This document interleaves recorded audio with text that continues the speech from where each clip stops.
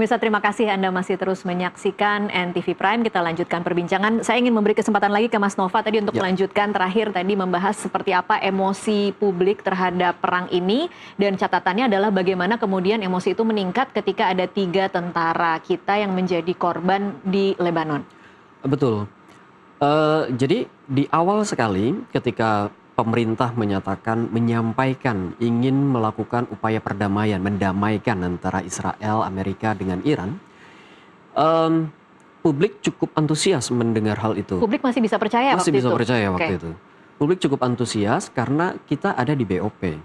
Tetapi seiring berjalannya waktu ketika tidak terlihat ada upaya yang cukup aktif melakukan itu, publik melihat tidak kok pemerintah kayaknya tidak terlalu aktif ini atau kurang keaktifannya, kepercayaan itu mulai berkurang. Nah, ini siapa yang jadi sasaran biasanya, Mas? Kalau bisa nggak disebutin siapa tokoh-tokoh yang biasanya di-mention atau disebut di dalam media sosial? Tentu saja yang pertama kali di-mention adalah yang paling berhubungan dengan kegiatan luar negeri ya, Pak Menlu kita, Pak Sugiono. Lalu yang kedua tentu saja yang menyampaikan ini menyampaikan ingin menjadi pendamai gitu, lagi Pak Sugiono kayak gitu. Ini yang kemudian banyak dikritik oleh publik. Jika ingin melakukan itu, bagaimana langkahnya? Publik ingin melihat kayak gitu. Ada desakan seperti itu ya? Ada desakan di awal-awal sekali ketika niatan itu disampaikan ke publik, publik berharap betul dan mengawal itu. Dan ketika tidak terlihat ada yang cukup signifikan, publik kemudian ya sudahlah kita lupakan ini. Sampai kemudian kemarahan kemudian agak menurun kayak gitu. Kemudian kemarahan itu melonjak sangat tinggi ketika ada kabar tentara Unifil kita menjadi korban dari serangan Israel, mortir Israel atau bom Israel, saya agak lupa. Tapi kabar serangan ini kemudian menjadi menjadi semacam bahan bakar utama publik untuk menyampaikan, Pak Prabowo, ini saatnya Anda mengevaluasi keberadaan di BOP. Karena kalau sebelumnya Iran dan Israel menyerang Iran, kali ini korbannya adalah WNI sendiri, tentara kita. Dan itu sudah firm dilakukan oleh Israel kayak gitu. Lalu apa yang harus dilakukan? Yang paling mungkin adalah mengevaluasi keberadaannya di BOP.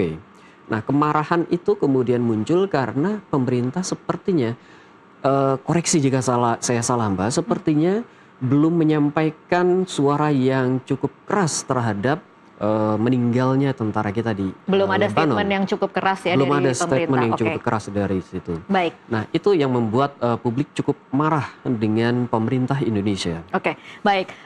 Mas Saidiman, kalau soal Unifil ini apakah juga tertangkap di survei atau hanya sebatas BOP saja? Kebetulan survei kita dilakukan itu mulai tanggal 12 Maret, yang terakhir sampai tanggal 31 Maret ya. Jadi ada masa ketika peristiwa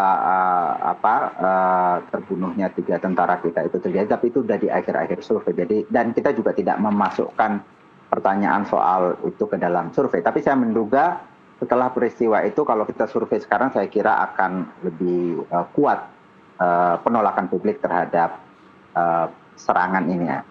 Dan kita tahu bahwa sebetulnya serangan Amerika Serikat dan Israel ke Iran ini sangat tidak populer di dunia, bahkan di Amerika Serikat sendiri sekitar 60% warganya kan menolak, termasuk saya kira itu juga yang menyebabkan negara-negara sekutu Amerika juga tidak mau terlibat di dalam peperangan ini. Satu-satunya negara di mana dukungan terhadap perang itu sangat kuat itu justru di Israel gitu ya, sekitar 82%, bahkan ada yang menyebut sekarang sudah 90% warga Israel setuju dengan serangan itu. Baik. Itu satu-satunya negara yang setuju. Baik, Mas Saidiman, saya ingin kembali lagi ke data Anda tadi yang mengatakan soal setuju atau tidak setuju terlibat dalam BOP. Ini cukup menarik, angkanya 50,9% kalau tidak salah ya, Mas Saidiman? Ya. Ini cukup menarik ya Mas Saidiman, ternyata ada 50% lagi berarti ya kira-kira yang setuju berada di dalam BOP atau ini sebenarnya ada layer lagi? Tidak juga. Jadi kan kita pakai 5 skala itu, ada yang sangat setuju. Yang sangat setuju dan setuju itu hanya 26,1%, yang menyatakan antara setuju dengan tidak setuju 17,2%, sementara yang tidak atau sangat tidak setuju itu 50,9%. Dan masih ada 5,7% yang tidak menjawab tidak tahu. Jadi bukan karena hanya 50,9% yang tidak setuju, jadi setengahnya setuju, tidak juga. Oke. Cuma 26,1% yang setuju. Oke, baik. Saya ingin sedikit membahas di luar ini, tetapi kemudian dengan data-data yang dimiliki baik dari survei SMRC dan kemudian dari Drone Emprit, kita membahas sedikit soal bagaimana sebenarnya menangkap persepsi publik terhadap perang Iran ini, kemudian dibandingkan dengan apa yang tertangkap di media mainstream. Saya mungkin ke Mas Saidiman dulu. Ini tidak tertangkap ya di media mainstream, tetapi kita bisa merasakan kemarahan, kegelisahan, dan emosi yang sangat negatif dari publik. Menurut Anda, mengapa bisa begitu ekstrim berbeda? Ada banyak penjelasan tadi. Yang pertama soal dukungan atau penolakan publik terhadap perang ini, saya kira juga tidak bisa dipisahkan pada antipati publik terhadap dua negara ya. Di dalam berbagai survei yang kami lakukan itu selalu dua negara ini yang paling tidak disukai oleh masyarakat Indonesia, Israel dan Amerika Serikat. Walaupun misalnya masyarakat kita ini Sunni dan yang diserang ini Syiah, yang kadang-kadang juga ada konflik antara Sunni dan Syiah di negara kita. Bahkan dalam banyak kasus kelompok Syiah di Indonesia itu sering mendapatkan perlakuan diskriminatif.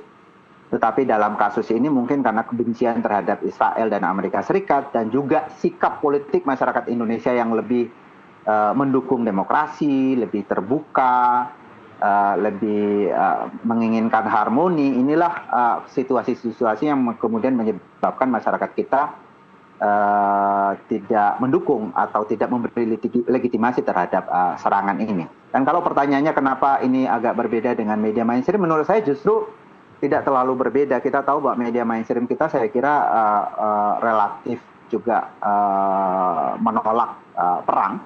Mungkin ada sejumlah kalangan yang mencoba realistis atau punya pandangan realis gitu yang melihat bahwa ya ini pertarungan antar negara yang memang mereka saling mengancam. Kita tahu bahwa Iran ini kan adalah negara yang dipimpin atau dikendalikan oleh rezim Islamis dan mereka berkuasa sejak 79.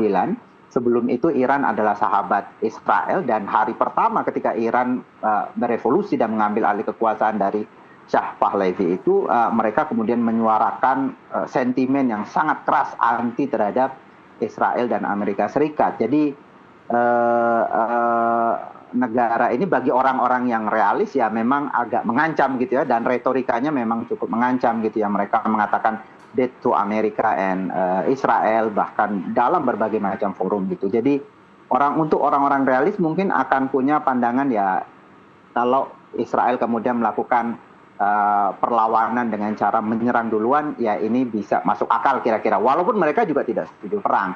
Dan memang ada aksi-aksi sebelum itu yang dilakukan, kan misalnya ada isu bahwa Iran ini berada di belakang Hamas, berada di belakang Hizbullah, berada di belakang Houthi, bahkan berada di belakang sejumlah faksi-faksi gerakan bersenjata di Irak yang juga mengancam kepentingan Amerika Serikat dan Israel di sana. Baik. Tetapi kelompok semacam itu yang memaklumi atau mencoba merasionalisasi serangan itu di Indonesia itu juga minoritas gitu. Umumnya orang melihat apapun alasannya, jangan melakukan intervensi kepada negara orang. Baik, baik. Saya ke Mas Nova. Mas Nova, Anda sebagai yang